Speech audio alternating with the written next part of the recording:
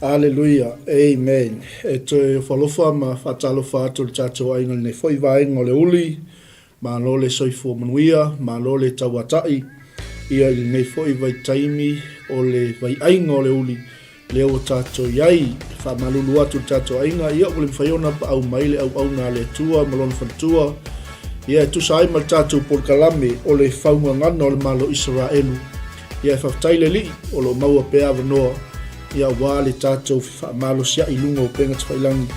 Ia ma le whaauawino le tātou o nanga whatalo whātu i leo whainga luenga tofia le tua i so se mota ma so se lawa whape foi ia tapo inga tua asina sino le tala lei o lo lātou tapo ia whaiva si o tātou atunu ia o whenga iai ma lava singa o le ne yaso whatalo whātu tātou ainga lunga o penga tawhailangi mo le atua i whamalo le ne yaso ma lo fo ia te la to no seu inga renga ma Tito le yaso ma lo le so fu mia le fa ngaloina ia au fa inga renga i so se mangala i lungo o wala o lo la to folaina tala lei po le afionga le tua ma lo le fa ma losi ma lo le toa ma lo le alu fo le li mo ngalo e fatalo fa to tato wo panga tato ai ngai lungo penga tfailangi e whatalofa atu nei vaenga o le uli i le tofine ia wafusi ia po o le tofine le lii ia e seta wafusi whamui ia o lo mafuta mai na o tara talofa o tara manato manuia o tou ma lo le soifua manuia whatalofa atu fo ia Lulu Jane maulalo Star Wars amani ia ma lo soifua manuia whatalofa atu i le ngangpa ia ia te oto umale nei vaenga o le aso. Whatalofa atua ia ruta Emelina Falspulu ma lo le soifua manuia. Whatalofa atu ia toa whaleata whaftail mafuta mai whamanuia le tua i Tito lo toi o nei aso ma lo fo le ngā lulue ma lo le o sai leo tātou iai le o ngā tono nei vai aso o tu mau pea leanga le lei o le tua ia te i tātou. Whatalofa atu a Susana le pasani whaftaile mafuta mai le vaenga o le aso whamanuia le tua i Tito lo whenga iai Arona Ripa Pritchard whaftail mafuta mai whatalofa atu fo ia vai e poutoa ia greetings and welcome in the name of Jesus Tino kolio ma lo se whamuia ma lo fo i le tau ata i le vaenga o le uli ma lo le ngā lue Caroline Alauni ia whaftail mafuta mai le vaenga o le aso ia o nai musika e whaanofi le mua e fo'i ia le whenga iai o si o tātou atunuu. Teu te mga luenga o loo tau ngā luai. Mesi fo'i la tau o loo ngafa malwhatu aing tausi. Le ngata i uta il whanua, ia o tai sami, ia e maisi o tutonu o tātou ainga. Whai o sawe ula kuka nei vaenga o le uli ia o le musika namo oe. Te whatalofa atu ai tātou ainga nei vaenga o le awa uli. Whatalofa atu a Meliane tua. Tautai tele ia te o tinal mafuta mani nei vaenga le aso. Fuli sia i langi tele. Fuli sia i langi tele sue. Whaftai tele mafuta mani nei vaenga le oli. Malo le soifua muia. Whamanuia le tua ia te oi malainga. Ia whatalofa atu le sunga le lia wao. Colin le mesi savea. Talofa sini Australia. Ia whapehoi whatua ia Josie malo le ngā lulue. Malo fo i le whatotoa i ngā ruenga le li, tusa malwala aua le tua, alo whatu, sunga whawhenainga, mai se tātou ainga si SKCC i Sydney, Australia. Amen. Whatalo whatu i Tania Sola, whatai tele mafuta man nei vaenga o leso, whamanuia le tua, ia, mai se fo i siok tamā le wauna le tua, sunga whawhenainga. Ya fiu wa asai pele male tina ya ana por fatua ya ana ya na ole oli lava ile li ia e va ve foi ona uma leso ai talo for Rosie wais ia so saia after telen mafuta mai malo folinga luen ne yaso vi ele tua ana leutongi after mafuta mai Elena Star Wars vi ia le tua ia ole sa en ma mangalongo whaftail mafuta mai Adrian unga talofa lava ia whatalofa atua i se uso ia tai mali e utu ia le uso ya wafus talofa wafus vai man malo se fo mlu uso ia sumaya sta tala le yaso alofa tele atu la sunga male ainga alofa atu ai tu e samia aftai le mafuta mai le vai ngole uli malo le e ave fo le tai me fatalo fatoi chacho wo ma paanga mai fo yo fainga paanga chacho unanga ia ma chacho sponsors mai la to umala volo fa pena ona lango ina le foi tu o le unanga ia wa lava le folo ina o finangalo le tua i le tino keriso e mai se i totonu mota malawa ma lo le tauatai fatalo fatoi le sunga le pule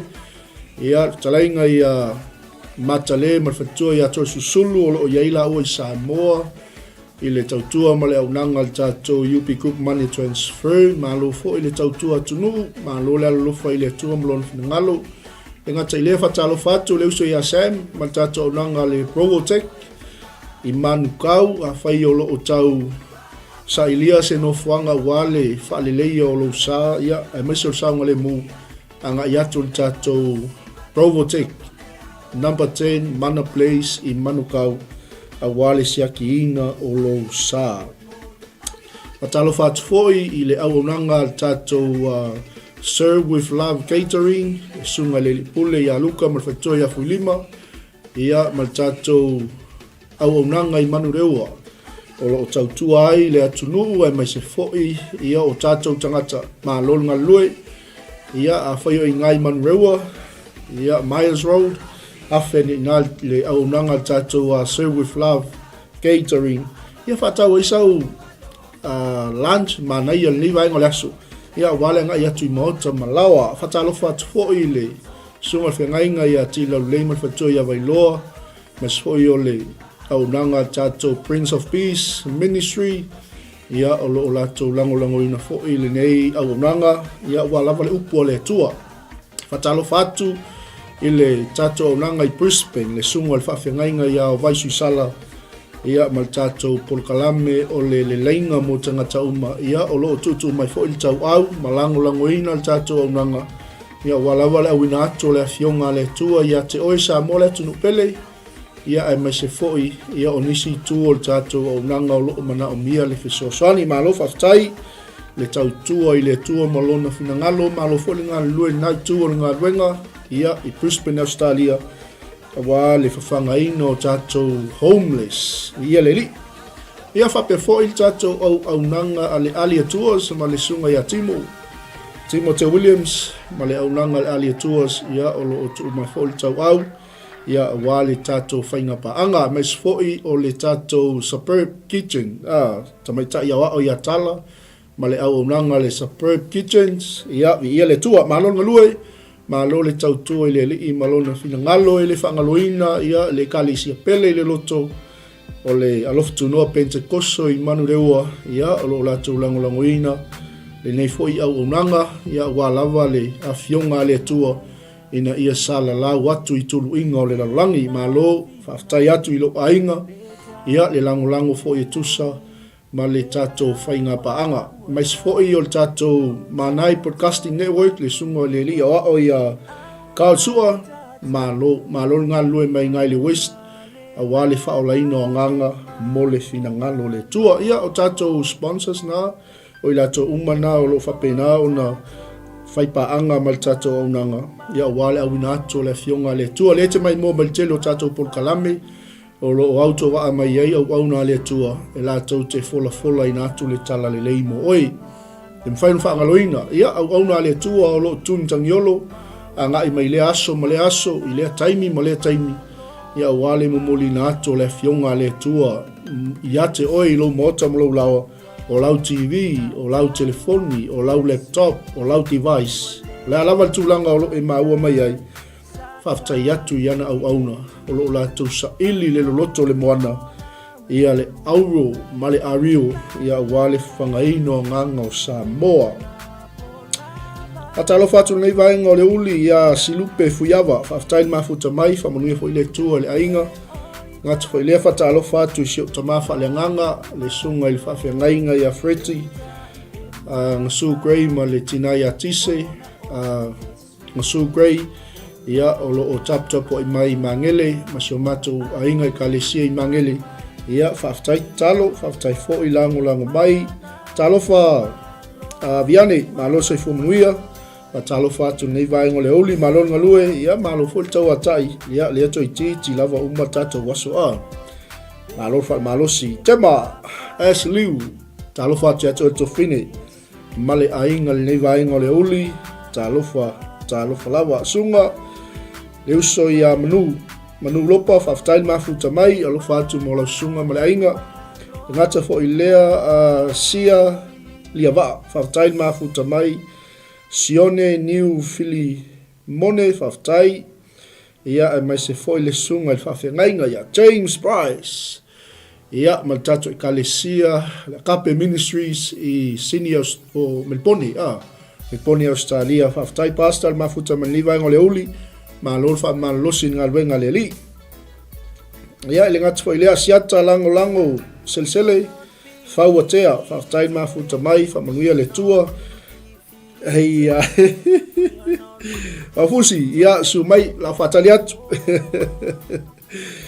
watalofa atua ia pule sope tau anu ma lo sei fua manuia ma lo fo i le ngalue Anthony ia talofa atu le sunga ia tanwasa mafuta mai Rick Samoa ia o ameltau ni ia tau alofa tele atu tato ainga ma sifoi o tato mafutanga ia whatalofa atu le usoa au na ia ainga te lona tu stala salo le mafuta mai se vainga o kilani le vainga le aso ma lo sei fumanuia Sani Lucky moe malo lava le fa malo sini aso ia so tu finipele le li sara la salo malo le ngā lulue malo foi le sa ili ia awa le malo le tua mai so le wala au le tua lo fenga yai fatalo fatu le tua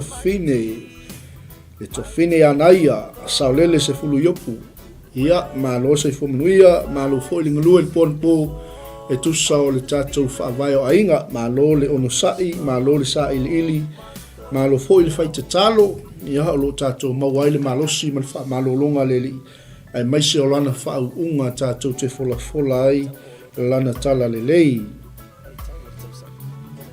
Hallelujah. Ia whatalofa atu fo'i ia Lili Tofai whaafetai Gibbons paunga sa sulu ia mai se fo'i ia faltua ia kalmeli whaafetai telen mafuta mai le vaenga o le uli ia whape fo'i ia leo mafuta mai le sunga tamaitai ia o ia tala whaafetai tele tala mafuta mai whamanuia le toi ngalwenga toi le nei aso talofa atu le au le tua sunga whengainga ia afapulotu malo whaafetai fo'i pasta mo le langolango malo fole ngā lue ma tato au nanga le auso kerisiano network ia o loo ngā lue mei au na le tua malo fole whātua toa le ngā luenga talo whātua taira toa e mosi taftai tele ma futa mai ia le toi titia umal tato lisi ia o nanga ia tuloi leo tato FAASOA ni vai ngole soa talo whātu ia saina matai whaftai ma futa mai June Sotanga ia e mai se foi Catalina sa mate finau whaftai tele mafuta mai se ia Isaia leala Isaia Waisele Sioeli whaftai ia e mai se Shirley Piniata whaalalo tausanga mulivai unga po malo en koki tonga whau wina malo le soifua manu ia o le auli ia po le vai ainga foi o le auli ia ona wa le fatau ina le tatou por kalame pe ona iai fatau ngaina o le faunga ngana o le malo Israel ia le ua anga i toil FAASOA fa le nganga mo ni vai ngole auli ia wa foi le wasa ia yo foi o tatou au nanga ia wa fa ni atu mo tatou manai o le manava o ngā luenga le ua 10 minute te ele tu la lua malo le ono sai nei aso malo foi le tauatai vi ia le tua ia mai al tatou fatunga lea ia ona tatou FAASOA lea is FAASOA fa le nganga ia pe ona ia tatou tusi nau tu atilunga ia wa lava le fanguino tatou fatuatua i le li ina ia awana i mate le tatou fatuatua ai e whapena o tātou malo losi i lo tātou whatuatua e moni ai upo le pese tātou te le toi whaiaina tātou te le toi whaiaina ua tātou manu malo wa iai ona o ke riso Yesu.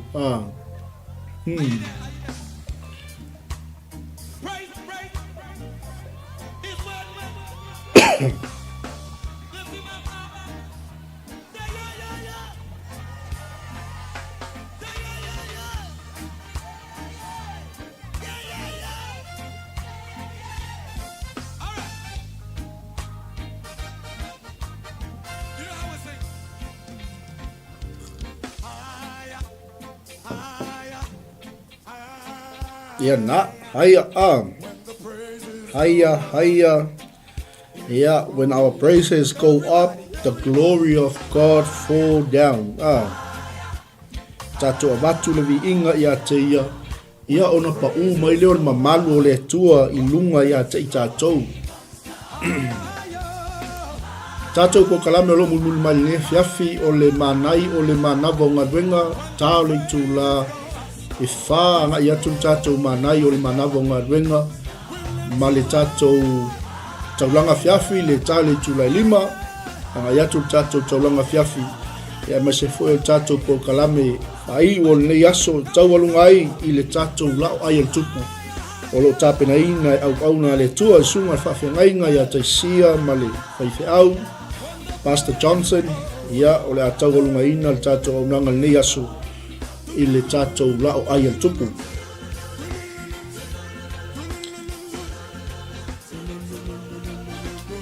Amen. Amai a tatou whatunga na ia on tatou whasoa lole ni vai ngole aso ia estusi foi utapena ina mo tatou ia awal tatou ai ngon le oli ia mo le 12 anga sunga whawhengainga ia tila ulei ma whatua ia vailoa ia o lo mafuta mai foi ni vai ngole oli ono nisi foi ututo noa whaale ainga ia o le mwhai ai ono pa au mai ia whaftai lau tatalo ia o lo maua le manoa ia ua lava le auina atu o se FAASOA mo oe a o tatou iai i ngā luenga o le nei aso. Talofa Kairos, oi. Talofa atu le sunga le lipule o tatou company malosi Bridgestone i Manukau ia na sawia wa tali ngā atu oe ia o le whaatali atu le sunga toina. Hallelujah. Amen. Ole Tito na tatou te iai ole anga e tuel tatou FAASOA nei aso ia ua lava le whauino tatou po kalame. Diamond malo ngalue o mai oi.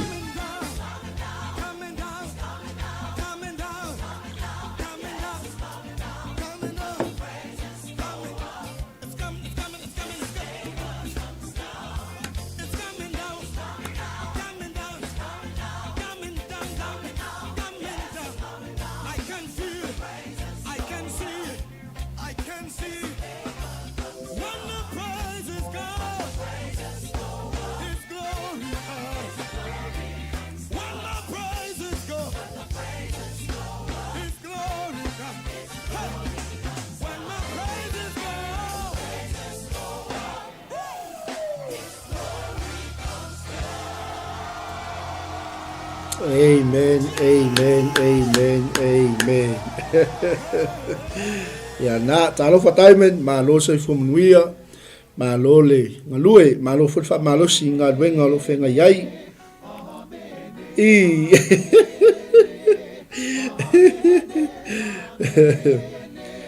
ole saulan to sao malanu le tua malo ngalue.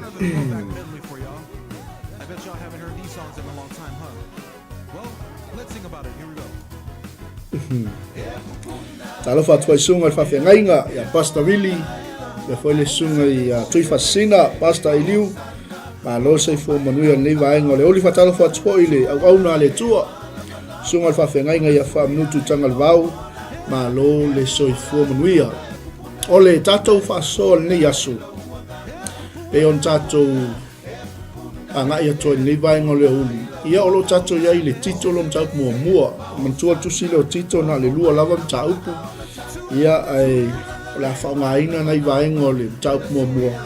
Ia e anga ia toi le whaasoa mo tātou uma i le nei vaenga le fiafi. Ia whaungange lau share o lau like. Ia pe follow na whailunga o tātou au nanga. Ina ia mwhai on tātou whaasoa whaatas i le nei vaenga o le uli. Whatalo whatua i tātou wōmpa anga i lunga o tātou YouTube channel. E whai lava mangalo i a tātou aina i lunga o tātou YouTube channel. Ai whatalo whatua tātou nei vaenga o le uli, ma lo fo i le tapuai, ma lo fo i le on sa i tūtu mwhaiva o lo tō whenga iai. I le aso, ma le aso whatalo whatua i tātou ainga o lo whapenaro whaonga aina mai tātou website. E mata ai, mai mua mai e tātou pokalami. Ia le tua. Mai le tala tuspa ia i upu whamaluse la apostolo i le ia Tito mai o le mea le leina o tuuai oi ke reta ina ia e whaatonuina mea ua totoe.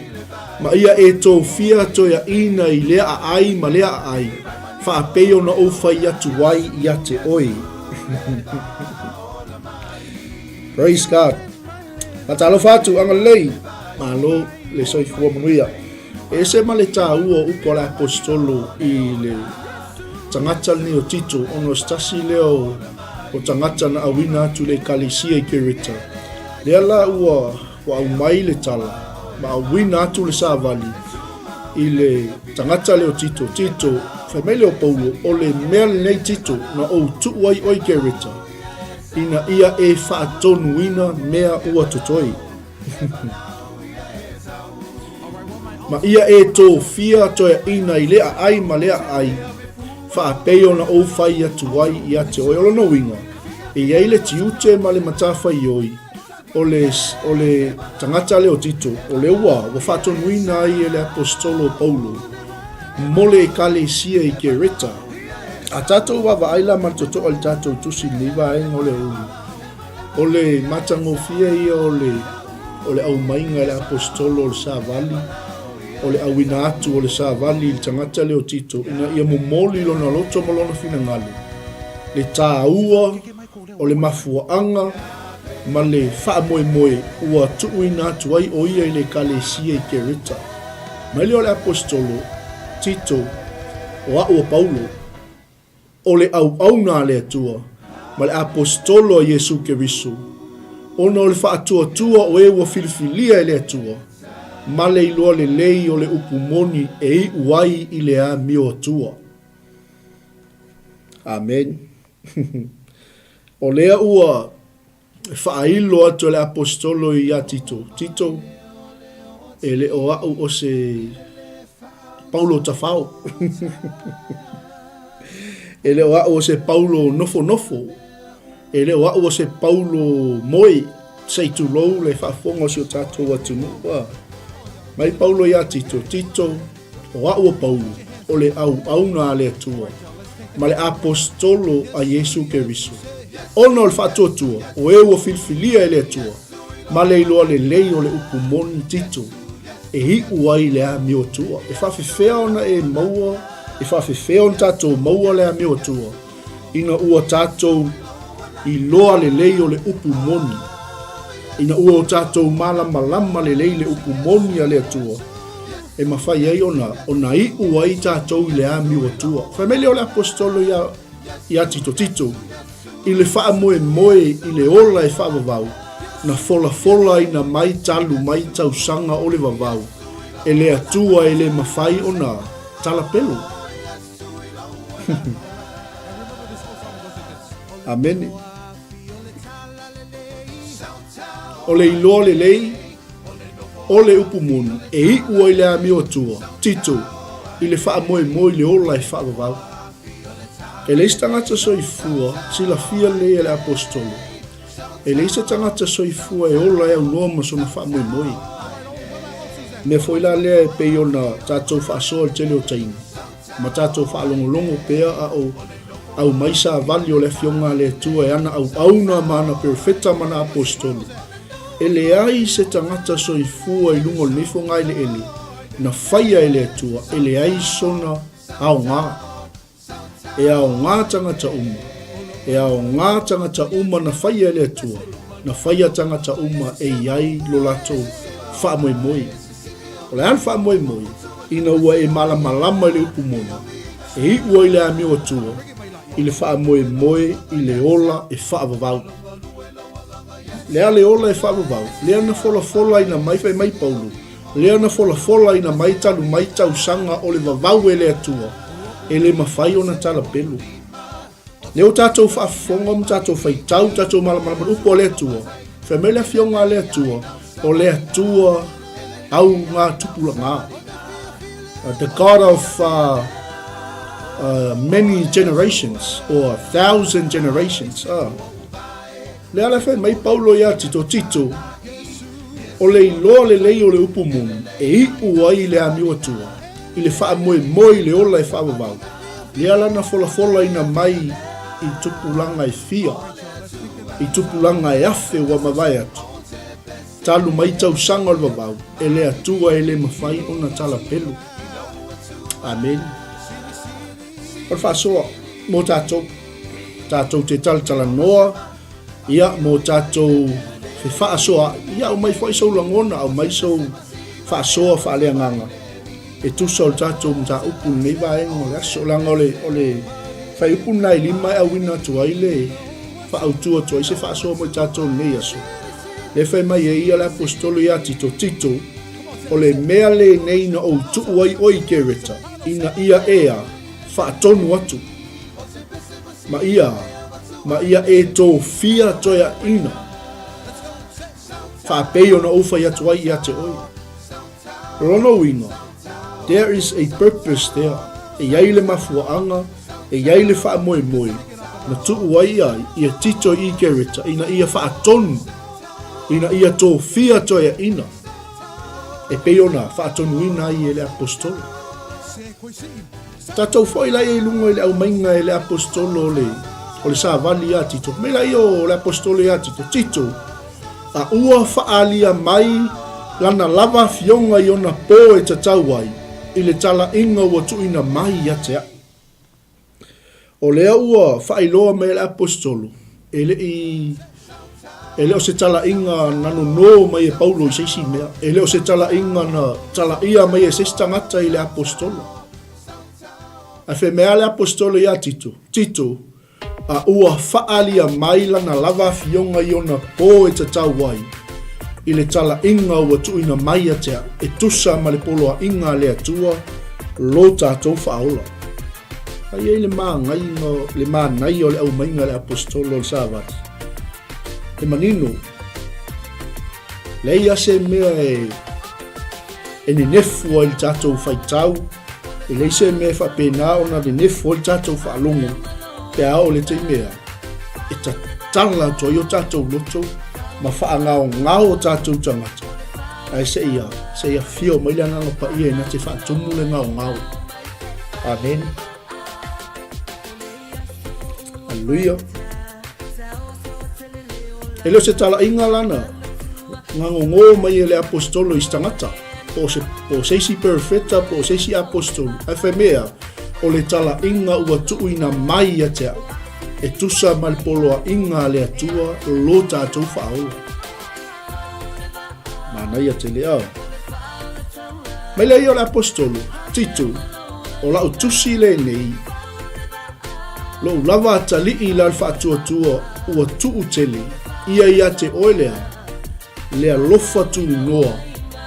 Male manuia mai le atua tama, a toa ma le ali o Yesu Keriso, lo tātou whaola. Amen. E se le matango fia o le whawhailoa inga minga le apostolo o le tangata le o Tito. Ina ia ngā waila ia Tito e anu i ke reta. Ngā umawhai mai lola ia mala apostolo. O le mea nei, Tito, o le mea nei no o tu wai oi gereta. Ina ia e whaatonuina mea ua totoi, ma ia e tō fia toe ina I lea ai, ma lea ai. Whaapei o na ouwhai atu ai atu oi. Le tele I o mea le la alu tangata leo Tito ea. E whaatonu ai le kalesia. Ma tō fia toe ina I lea ai ma lea ai.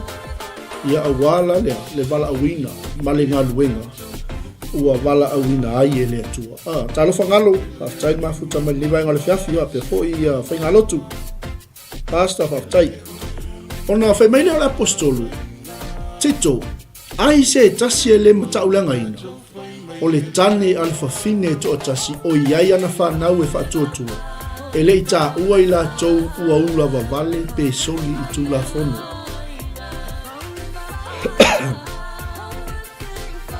Amen.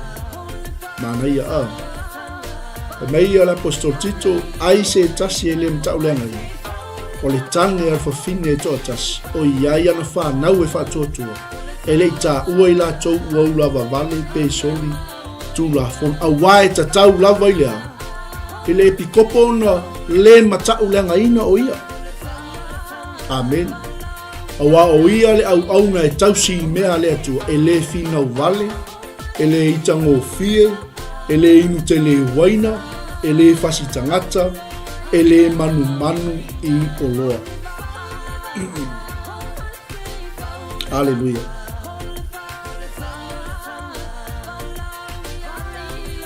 Amen. Matango fia. Ese le whamaoni o lupo le tua. O le uwhai mai paulo I a Tito. E ele tangata I le mataulenga ina. O ele tangata lea, o le tane alfafine. O iei ana whanau e whaatuatua. E le ta ua I la tau aula wawale pe soli tula fono. Moe wai le matango fia o le whaalupenga le tangata lea. Pe mele o lei o paulo I a Tito. A wae ta tau lava I le epikopo. Lo wingo le epikopo o tangata lea. O le tangata ngalue. O tangata o le whainga luenga I totonu o le kalesia. E le matau le angaina o ia. Mai paulo Tito a waea ta tau lava. I le epikopo o na le matau le angaina o ia. A wa o ia le au na e tausi lea ale atua. Le ale wingo le tala. O le te lei o le wingo le tala le apostolo. O le tangata e tangata lola epikopo po tangata e tausi mea I mea le atua. E le fina wali. E le itango fie. E le inu tele I waina. E le fasi tangata. E le manu manu I oloa. Amen. Ewa ai e le matango fie. Ke le I mea e le tauna. Matau le angaina ai. Le tangata lea. Mai le o paulo ia Tito, a o le alofa I tangata ese. O le alofa I e ami o le leini. O le whaautauta. O le ami o tonu. O le ami o tua. Ma le ngā o ia. O le tā ofi mau le upumoni. Whaapei o na aoa o ina ai o ia.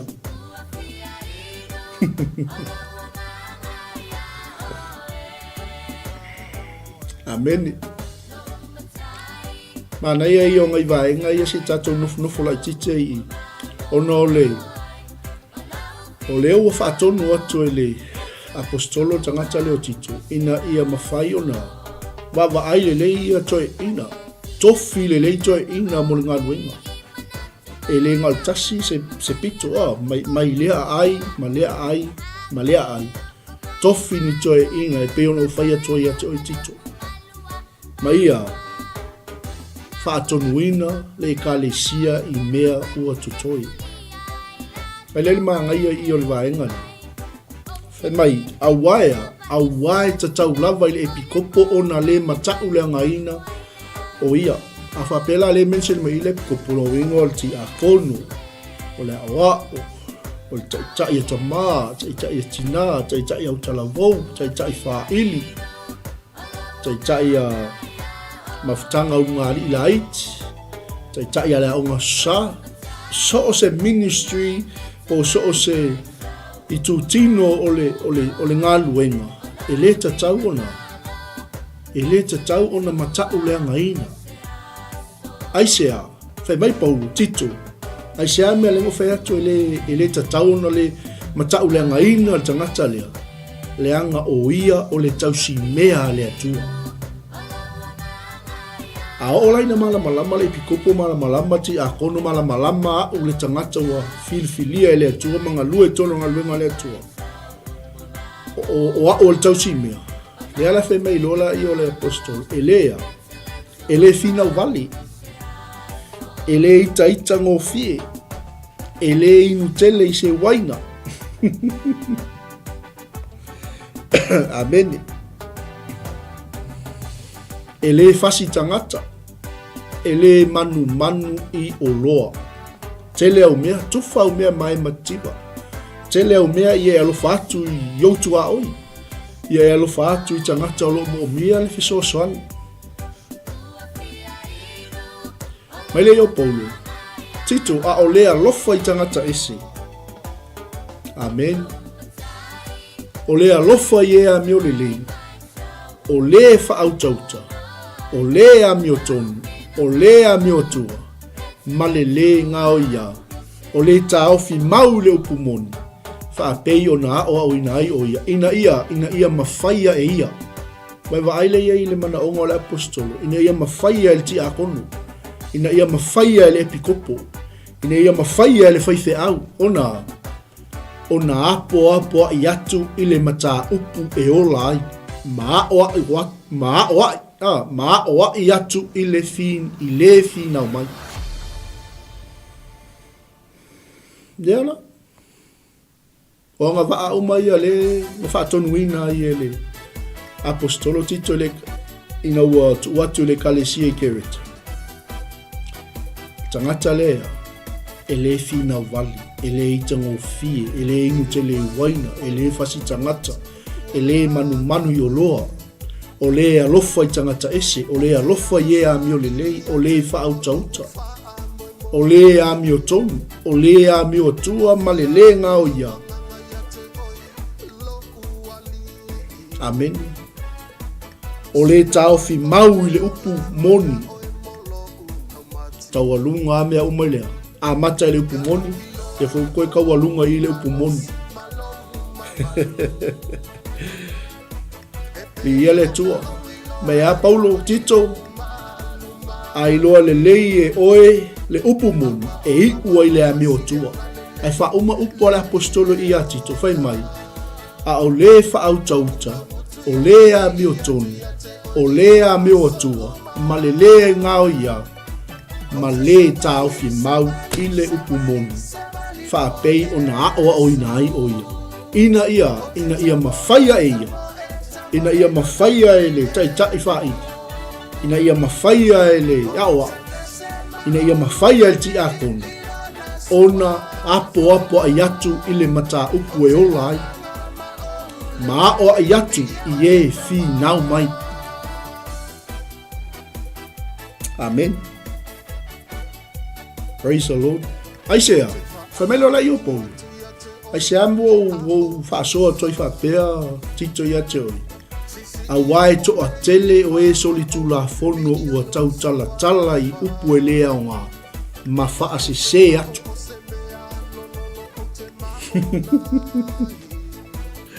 Ale me mali e whamele o Paulu. Aisili musa i le aua. Le au peritomi. Aisili musa i le au peritomi. E te tauina ia punitia o la tau mutu. O la tau whaaliliu ese inisi. A inga. O loa o i mea le te tau. Ina ua mata pea i le o loa. Amen. Praise the Lord. O mafuanga la le wa mai e lea. Le whatonunga. Ma le apo inga. Ai se a Tito. Le anga i to tele o e soli tula fono o tau tala. I upu lea o ngā ma whaase se atu. Ai si li musa le au pertone. Hallelujah. e silimusa le au 𝚘𝚘𝚡𝗏 lea e tau 𝚜𝚙𝚢𝚙𝚢𝚑 o le ale winga o le tala ia tali ane o le nafisiti ai sea anga fe mai Paulo e tatau ina punitio o latou ngutu o latou whaaliliu ese in wewe wo oi a ingo whaaliliu ese tamai alan mafuang na te mau na ta ko sumatas o le mana oi oloa o le mana oi tupe o le mana oi tamau a inga o nisi wala unga e fia lawi loa o nisi wa o tau mawhai e whaaliliu le fionga le tua ina ia whaaliliu o ia tangata o lato wa o i mea e le tatau wewa i le fionga le tua Tito o le mea lea na outu uinai o i kereta leanga iei lea ula ia le wai ngai kereta tofi ni tua ina mai lea ai ma lea ai leanga iei lea usol tu la fon e lea au 𝚘𝚘𝚡𝗏 ngai iei ngā silimusa ia la tau lea tau 𝚜𝚙𝚢𝚙 ma la tau tala i upu lea o ngā ma 𝚜𝚙𝚢 atu tangata i toa tele ai sea leanga e tatau Tito ina punitia o la tau mutu ai sea leanga ua la tau whaaliliu ese i nisi a inga ma la tau o i mea e le tatau ina ua mata pea i la tau o loa amen Samoa o e la unga ina ia e tamau a inga o e FAASOA le tala le lei na ia mawalunga i sautulanga o e FAASOA le tala le lei na ia liliu mai ai ni tangata sto tele ia te o le mea tonu ale on fai mai ai Paulo ia Tito o le mea leo o tu uina i oi kereta inga ia punitia nguto le au 𝚘𝚘𝚏𝗏 ai sea fa me lo leo Paulo ia Tito le angol men nei Tito ai sea le anga e el tanga tole wali ia amen e tanga tole wali ia fa pe me ia te uli Tito o so lava o la to o perfetta e winga i mala fia perfetta e mala fia apostolo amen e mala fia leo mamoi tato wawa io tu pul timing nei ia tali o sa bon nafsiti Hallelujah. Amen. Ai sea Tito o fa tua i langa elka kalawaria o mai fe mekia o so lava o perfecta i lato mai fea mai kereta o tangata kereta familia po Tito ye matala ai sea leanga e sanga tala pe pelo lava i lato o le punga ngai tonu i tu spaia o manu fe ai leanga o e usu ina ia moni la lato moli mau amen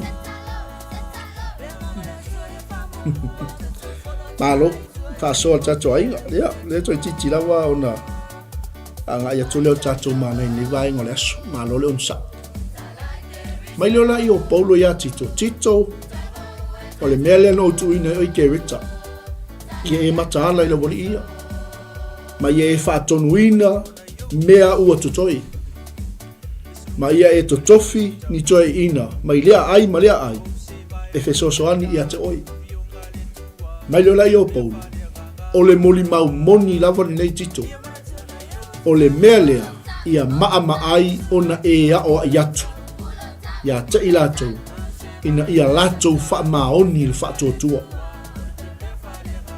amen aua nei ta ofi tala o le pavau aua nei ta ofi tala fa ayutaia ma polo inga tangata o eliu ese le pumoni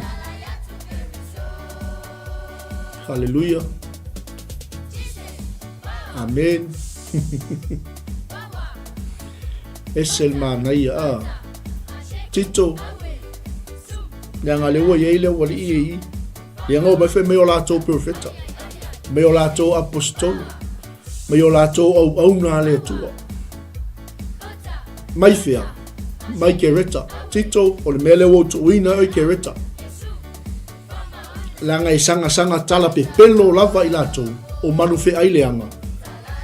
Ma e moli mau pe pelo. Mai lole o Paulo ia Tito. O le moli mau moni lava nei. O le melea ia maa ai ona. E ao i atu wai ia te i lātou. Ina ia lātou wha maoni i le wha tua. Amen. Auane i tā ofi i tala o vavau. Auane e tā ofi i tala wha iutaia. Ma polo a inga tangata o e liliu ese le upu moni. Amen. Praise the Lord. Meli o Paulo.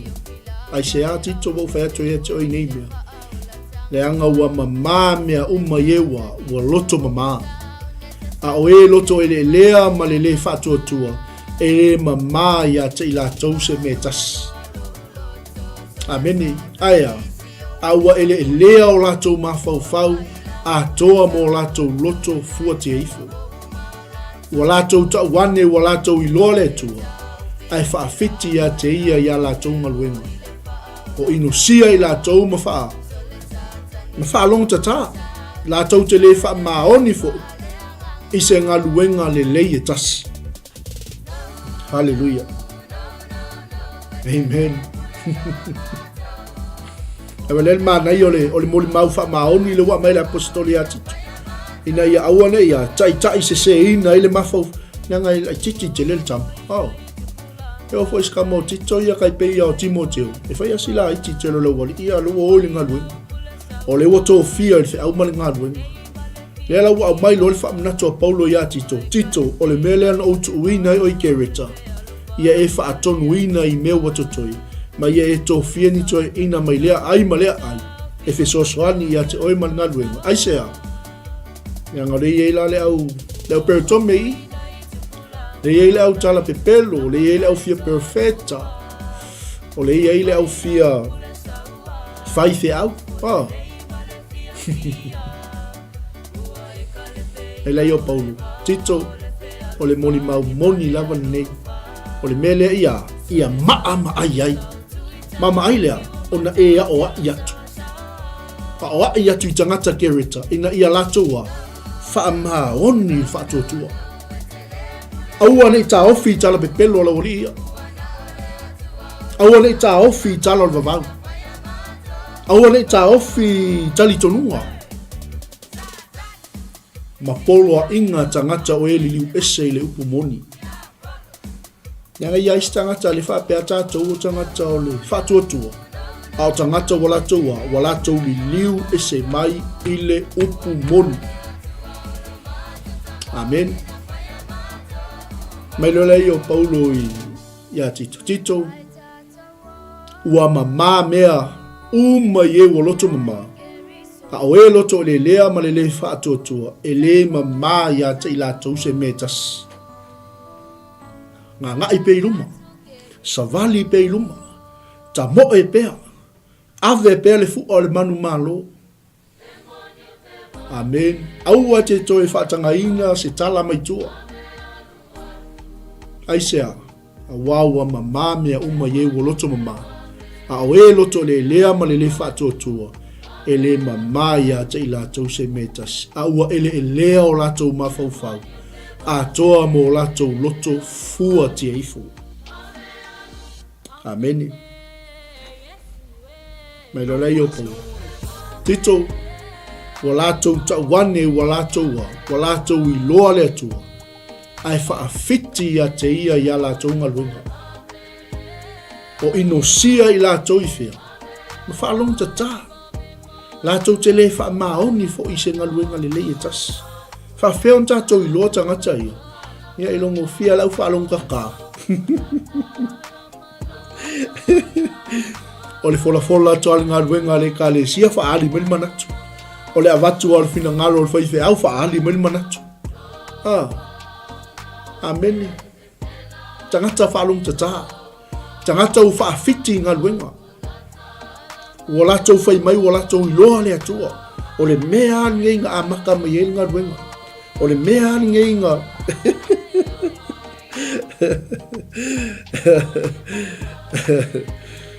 Hallelujah. Praise the Lord. Amen. E mama mea ye loto mama. A oe loto ele lea ma le le whaatua tua. Ele mama ia ta ila tau se me tas. Ai ai. E o oi se me le le e whai e sistanga ta. Wale koe mama e mawhawhau tama ia. Makua ele lea whaasolo atua. Ao ngai oi hoi la kamai kong ole ngaruenga. E mua meu matou ilo. Matou ua ua. Ia nga kama wai or fai mangaku ia e pāngen ngaruenga sonu. Fio e whakari e le koe o mai ani. Umang e amar ngaruenga. E le i pa ia i se mea fai ngaruenga pe sa ue. E fai se mea foi le fesosoani e le ngaruenga. Le fai mai e Paulo Tito. Wala tau wane wala tau iloa le atua. Ai whaafiti ngaruenga. E ino sia i la tau ma whaalong tata. La tau te le wha maoni se ngaluenga le lei e tas. Wha maoni. Ono sa. Sa vali pe iluma. A nga i pe iluma. Tito. To tofi ni toi ina mai lea ai ma lea ai. Ma wha atonu ina i mea uma ua totoi. Amen. Praise the Lord. Yeah. O tatou whaasoa na le aso. Ta pena lo loto mo lo finangalo o tatou manai manawo ngā ruenga. Ia o lo ta pena mai e le sunga to ina ia le atinu. Ia wale whaowina o tatou o nganga le aso.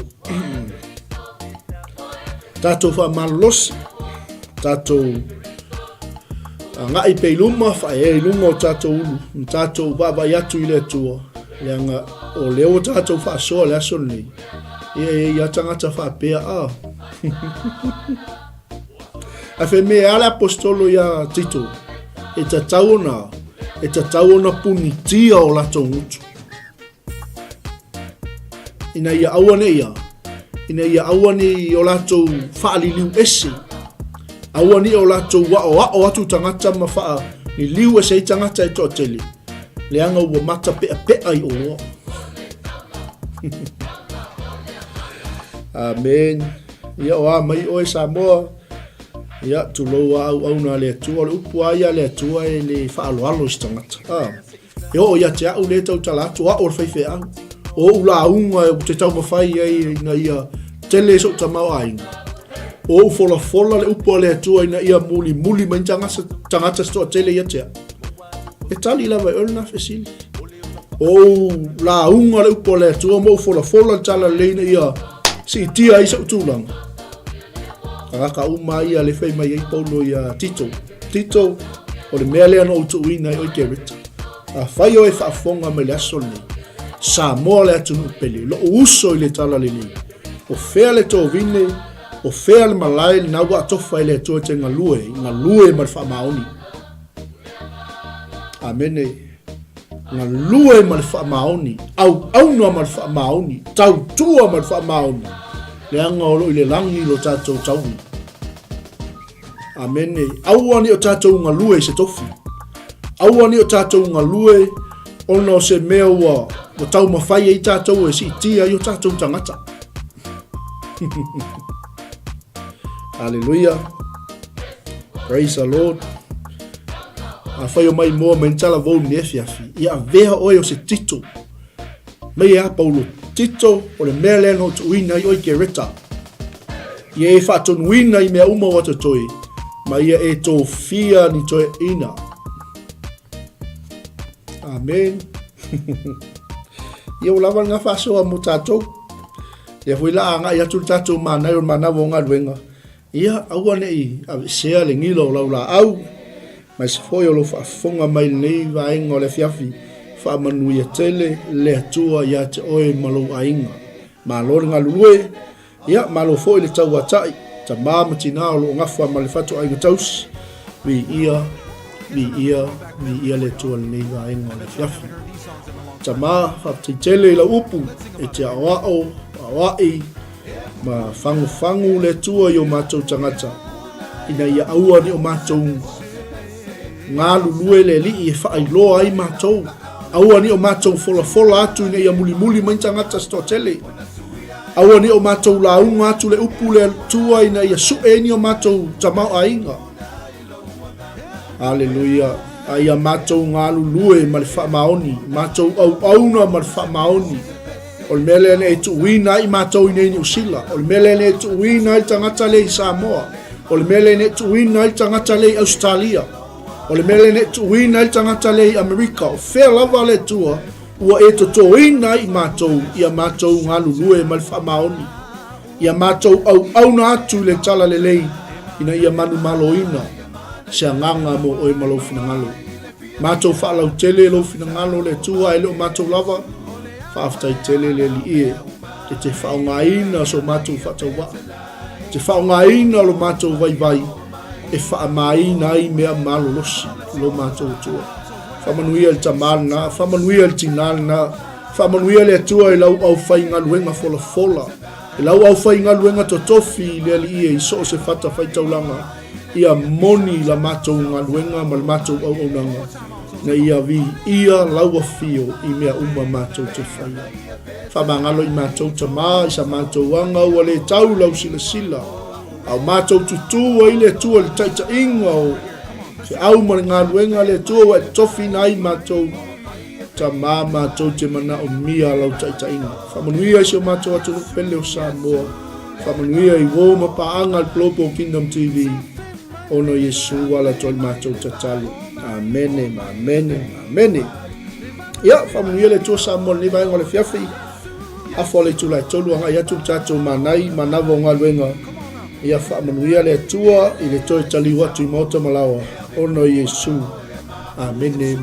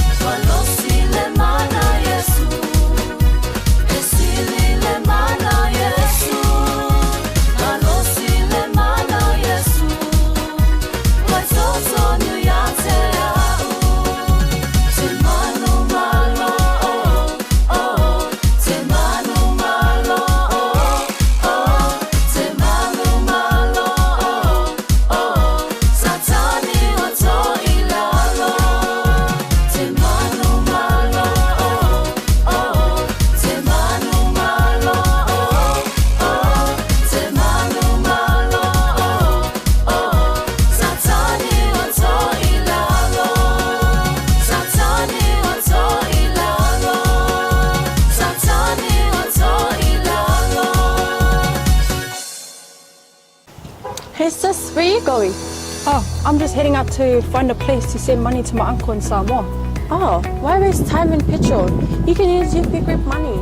You can send money to Samoa and it's really fast. Really? Yeah. Can I sign up online? Yeah, it's really simple. Sweet, I'll do it now. Okay, bye. Bye. Sending money to your loved ones in Samoa has never been easier with the UP Group Money Transfer. Our service allows you to transfer money quickly and securely from the comfort of your home or anywhere in New Zealand. Your family and friends can conveniently pick up the money from over 40 villages across the Polo and 𝚟𝚑𝚍𝚍. No matter where they are, we've got you covered. Our user-friendly online platform makes sending money a breeze. Just visit www.upgroupmoney.com. Sign up and start sending money in minutes. We're here to help. If you have any questions or need assistance with signing up or sending money, please don't hesitate to contact our friendly support team at 09558 2896 or 0800 877 328. Or visit us in the office at 6/22 Station Road, Ōtahuhu, Auckland 1062. Experience the ease and reliability of UP Group Money Transfer today. Your family and friends in Samoa are just a few clicks away from receiving your support. Visit www.upgroupmoney.com now to get started. Hey, is it true that your company can help us save money for our trip to Samoa? Yes, that's right. With UP Group Money's partnership with Vodafone Samoa 𝚘𝚘𝚢𝚘, you can save money while you're still in New Zealand. You'll need to register with UP Group Money to receive a Vodafone SIM. Once you have your Vodafone Samoa SIM, you can start sending money to yourself through your UP Group Money account to your 𝚘𝚘𝚢𝚘 account. You can only withdraw your savings when you're in Samoa. Oh, that sounds great and straightforward. Can I do my registration online? Yes, you can register for UP Group Money online. However, if you need assistance, you can come into our office and we'll help you out. For 𝚘𝚘𝚢𝚘, you'll need to visit our office to register and collect your Vodafone Samoa SIM.